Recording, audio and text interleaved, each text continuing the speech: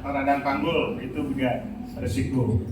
Terus melakukan hubungan seks dengan pria yang sering bergonta-ganti pasangan. Bapak-bapak nggak boleh. Jadi si ibu dulu pernah kan siapa dengan pria yang prianya berganti-ganti, ibunya mungkin enggak ya. Terus si ibunya memang berganti-ganti pasangan seksual, itu juga berisiko. Lalu perempuan yang melahirkan banyak anak, memiliki riwayat keluarga dengan kanker, kurang menjaga kebersihan alat kelamin, yang merokok, terpapar asap rokok, adanya riwayat pap smear yang abnormal sebelumnya, penurunan kekebalan tubuh. Jadi penurunan kekebalan tubuh ini juga penting, Ibu. Karena dia yang akan melawan, ya, bisa melawan, membunuh virus yang sudah lanjut masuk. Kalau daya tahan tubuh kita bagus, gitu, walaupun dia sempat masuk, dia tidak akan sampai merusak, menimbulkan kerusakan atau kelainan. Ya.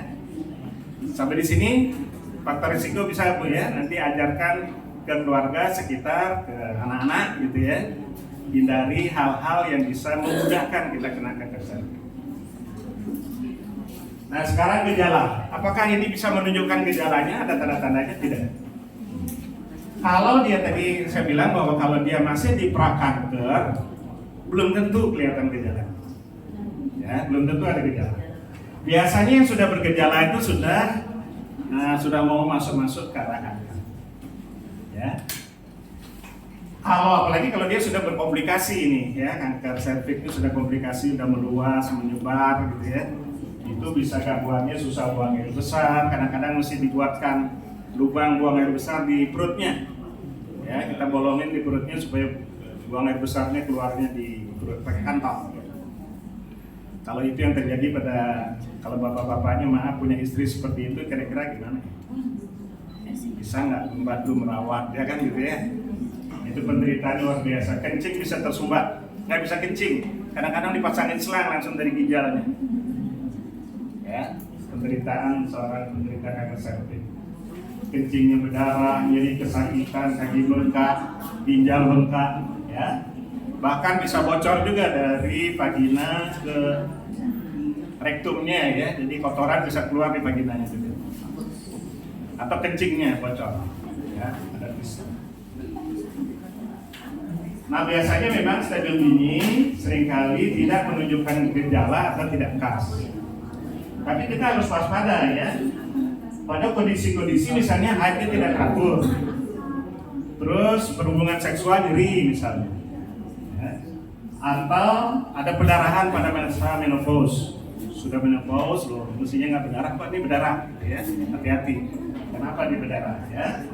Nah, yang sering tandanya itu juga adalah keputihan atau keluar cairan, encer, putih, kekuningan, kadang-kadang bercampur darah, dan nanah atau berbau busuk.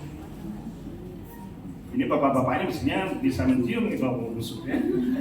Kalau di rumah ada bau agak busuk, tanya ya, Bu, sudah periksa belum ke dokter KIK? Gitu. Ya. Praktek saya gampang dicari ya. Premier, Yadika, di Cipto juga kan. Ya pakai BPJS saja Bu. Ya kalau tidak gejalanya kurang ya. Atau pendarahan spontan tidak pada masa haid di antara mens misalnya ada berdarah. Kadang-kadang kesenggol sedikit, kalau kanker itu kesenggol sedikit dia mudah sekali berdarah. Ya, makanya ada pendarahan di luar kondisi haid. Ya. Nah tentu kalau sudah parah, ini gejalanya tadi sudah saya sampaikan bisa berat. Ya. Baik, sampai di sini gejala bisa Ibu ya ditangkap. Kemudian pencegahan, kita bisa mencegah, ya. Kita semua bisa berperan untuk mencegah. Pencegahannya sekarang sudah diketahui karena kita tahu penyebabnya virus, maka virus itu bisa